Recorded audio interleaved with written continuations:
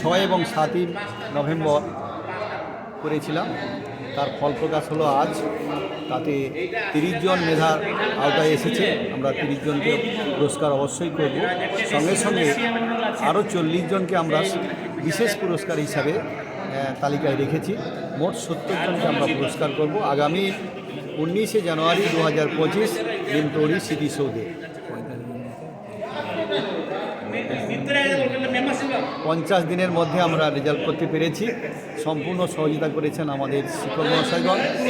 আগামীতে যাতে এর সংখ্যা বৃদ্ধি হয় তার জন্য আমরা চেষ্টা করছি।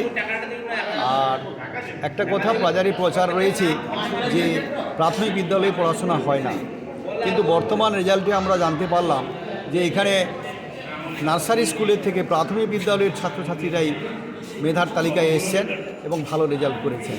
যাতে আগামী দিনে মানুষের মনে বিভ্রান্তি না হয়, প্রাথমিক স্কুলগুলো ছাত্র সংখ্যা কমে যাচ্ছে, যাতে আগামী দিনে ছাত্র সংখ্যা বৃদ্ধি হয় তার জন্য আমি আশা করছি যাতে প্রাথমিক বিদ্যালয়গুলো ছাত্র শূন্য না হয়ে যায়।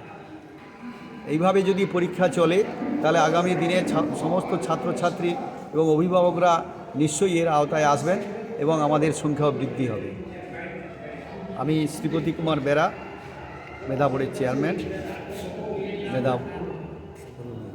পূর্ব মেদিনীপুর।